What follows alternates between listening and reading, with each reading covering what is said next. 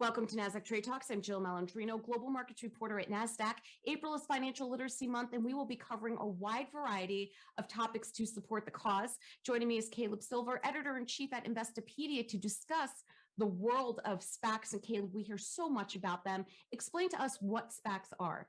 Right. This is one of the most popular terms of 2020, and it's still popular in 2021. They're called special purpose acquisition companies. And think of them as blank check companies, but their purpose is to basically buy or merge with another company to take it public and basically create a new public company, but they are the shell to do it. It's a blank check company. You hear about them all the time, and they're getting very, very popular. So how does a SPAC work?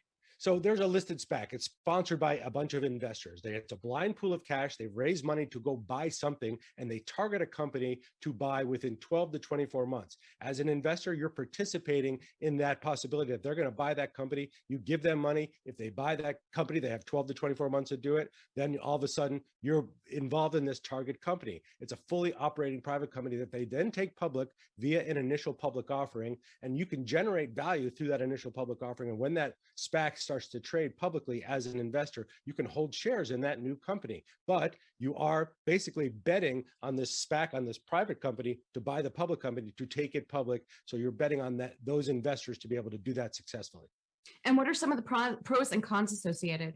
Well, usually they're very cheap. They're easy to access. And it's not like you're waiting for a big IPO that everybody's been waiting for, and the company goes public and suddenly you can't afford to buy the stock anymore because so many people are in there. They're accessible, usually around $10 a share. You get early access to these companies, and they're popular ones that are going public, and you get access to warrants. And this is another reason that people love them. They love the ability to have warrants, which gives you the right to buy more shares once this thing does go public. So that's a pro there. The cons are there can be pretty high risk. And these are speculative companies sometimes that they're buying and taking public.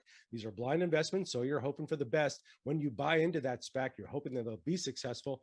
Low liquidity, not a lot of people trading these. And the sponsors, the investors who started this idea, take 20% of the equity. So there's heavy dilution. At the same time, sometimes these have enormous stock gains when they hit the public markets. And why do you think they're gaining in popularity?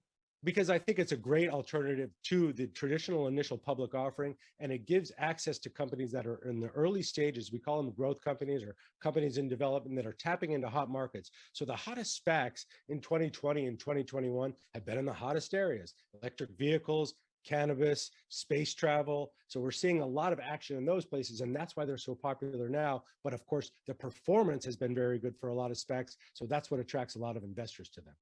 And let's talk about the performance, because we see that pop initially, but the question is, does it last? Yeah, so far we've seen a lot of big excitement around the first day, that the opening day of trading for some of these SPACs. It doesn't always last. And if you look at some of the most popular ones, like Lordstown, which is an electric motors company out of Detroit, or Nikola, which is a very hot electric vehicles company making a very cool truck, the hype is there for a little while, and then it fades as investors move on to the next thing. Because at the end of the day, these are SPACs, but they're holding these companies that are in their early stages. And once we start to see their results, we see how much growth they actually have to do to really start to return profits to investors. And finally, how do you evaluate an investment, and how would you invest in a SPAC? Yeah, I mean, the first thing you got to think about is, who are the sponsors here? What's their track record? Are they even in this industry, or are they just billionaires who want to put money to work? You got to look at a track record, look at that management team, because it's ultimately up to them to pull off the merger and take the company public. You also want to believe in the target company. You want to believe in the industry that they're buying into, so that you have an idea where the stock might go once it does go public. And can it find the right company to buy? Because if it doesn't, it's got to return your money, and it was never worth it to begin with.